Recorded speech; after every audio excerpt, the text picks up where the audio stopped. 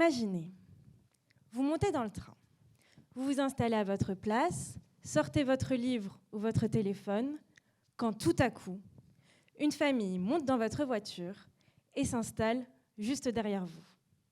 Pour vous, c'est le drame. Pour moi, c'est le début de mon enquête de terrain. Dans ma thèse, j'analyse l'expérience du voyage en train en adoptant un autre point de vue, celui de l'enfant qui menace la tranquillité de votre trajet lorsqu'il s'assied dans le siège derrière le vôtre. Comme un espace public, l'espace passager doit être partagé. Mais le train est un espace particulier. Déjà, parce qu'il est payant. On ne peut pas y accéder sans titre de transport.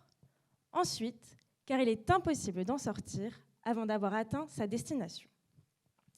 Pour que ces contraintes soient supportables par tous, cet espace est pensé en amont par des professionnels. Mon travail de recherche consiste à me demander si l'espace, tel qu'il est conçu, correspond aux besoins des enfants. Pour cela, j'utilise une méthode qui s'appelle cartographie comportementale.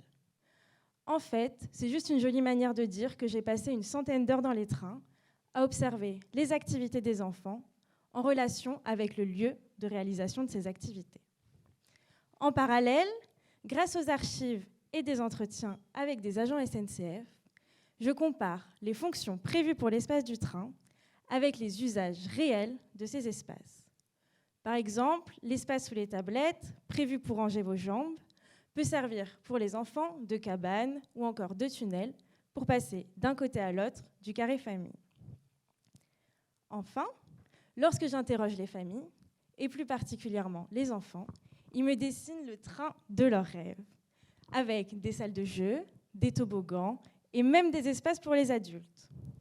Alors vous devez vous dire, j'ai déjà pas assez de place pour ranger mes jambes sous mon siège, comment est-ce qu'elle va trouver de la place pour construire des salles de jeu ? La place, en fait, c'est le cœur de ma thèse.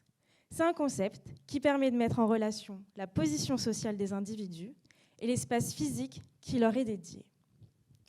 Finalement, quand je parle de la place des enfants dans les trains, je parle de la place qu'ils prennent, mais aussi de la place dont ils auraient besoin par rapport à la place qu'on leur laisse. Si vous trouvez parfois que les enfants prennent toute la place dans les trains, c'est peut-être qu'ils n'en ont pas assez.